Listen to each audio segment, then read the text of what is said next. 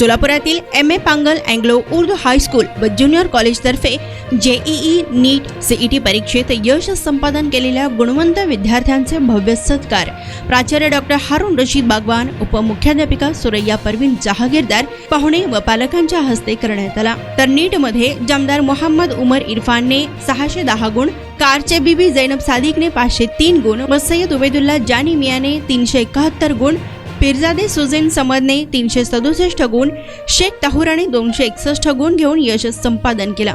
तसेच JEE mains या परीक्षेतही शेख शाहिद अहमद जकरिया याने 93.60%, पठाण महकने 81.9%, शेख ताहुरा इम्रानने 76.15%, शेख रेहान फरीदने 61.26%, तसेच MS-CET मध्ये शेख अरशदने 98.61%, सय्यद उबैदुल्लाहने 98.35%, शेख शाहिदने 97.99%, ताटपत्री शाकिर जाकिर हुसैनने 96.33%, शेख जुनैद एजाज अहमदने 96.12%, लंगडे मोहम्मद साद सलीमने 95.97%, फराश नवीदचा फयाजने 94.5%, पीरजादे हुसैन समदने 93.89%, शेख ताहुराने 93.53%, सय्यद जैनब साजिदने 91.94%, बेपारी इम्रान मोहम्मदने 88.72%, मुल्ला मारिया बेगम सलाउद्दीनने 87.45% व जमादार मुंतसिर मैनुद्दीनने 86.97%, शेख शिफा समीरने 86.73%, इफ्रा फिरोज लालसंगीने 85.71%, शेख आयान नबिलालने 85.34%, अन्सारी अयमनने 82.38%, शेख अफजान इरफानने 82.85%, शेख सानिया इस्माइलने 79.64%, शेख उमरने 78.79%, हिरापुरे जैदने 74.46%, तर पीरजादे हसीबने 66.71% गुण घेऊन यश संपादन केला। दरम्यान पांगल कनिष्ठ महाविद्यालयाच्या या यशाबद्दल प्राचार्य डॉक्टर हारून रशीद बागवान, उपमुख्याध्यापिका सुरैया परवीन जहागीरदार, सर्व शिक्षक, शिक्षकेतर कर्मचारी आणि पालक आदींनी गुणवंत विद्यार्थ्यांचं अभिनंदन केलं। तर सदरील कार्यक्रम यशस्वी करण्यासाठी मोहम्मद अली शेख, मोहसिन माशाळ, अकबर पठाण, वसीम नलामुंदू, अल्ताफ सिद्दीकी, खलील पैरंपल्ली, महबूब खतीब व इतर शिक्षक, शिक्षकेतर कर्मचाऱ्यांनी परिश्रम घेतला।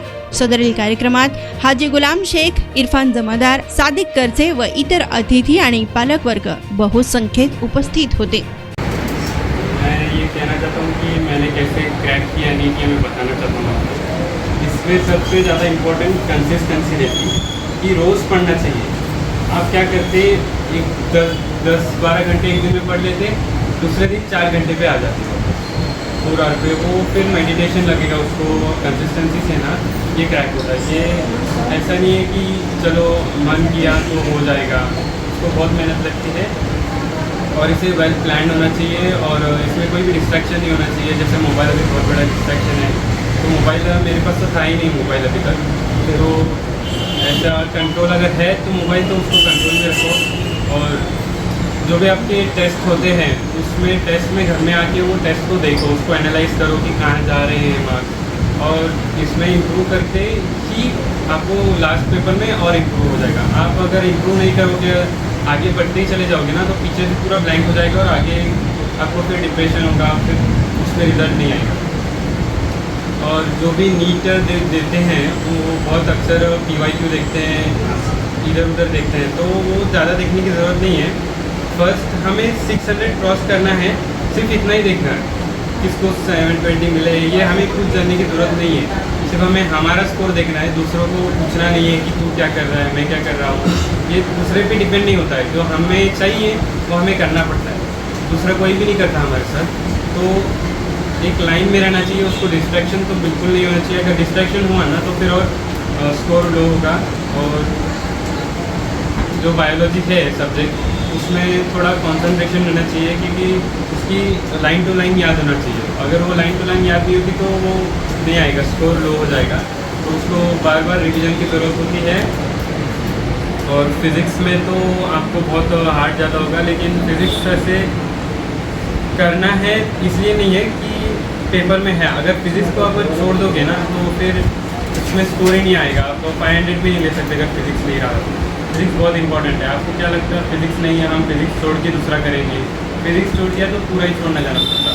फिजिक्स तो बहुत इंपॉर्टेंट है क्योंकि कंपटीशन फिजिक्स में, केमिस्ट्री और बायोलॉजी सब लोग लेते हैं मार्क्स, फिजिक्स में टफ ज़्यादा है क्योंकि फिजिक्स में सब लोग नहीं ले सकते, तो उधर कंपटीशन ज़्यादा रहता है। तो अगर उधर आप सफल हो गए ना तो फिर आप बहुत ऊंचाई पे जाते हैं। फिजिक्स के लिए मैंने रेफ़र किया था कि DC पांडे वॉल्यूम 1 वॉल्यूम 2 दोनों रेफ़र किया था। बायोलॉजी के लिए दिनेश पब्लिकेशन के सेट आता है वो एक, और केमिस्ट्री में GRV पब्लिकेशन था और इतना सब। अस्सलाम वालेकुम। तो मेरा नाम सुजैन कटियारी है और कांगड़ी से हूँ। 11th में ही मैंने कॉलेज ज्वाइन किया था और कॉलेज का बहुत सपोर्ट था, इसीलिए अच्छा रिज़ल्ट दे पाई हूँ।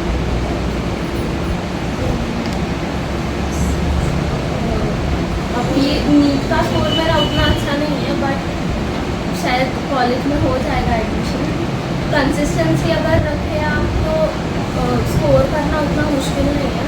मैंने सिर्फ लास्ट के 2 महीने पढ़ाई की थी कंसिस्टेंसी से, तो 367 आए हैं मुझे।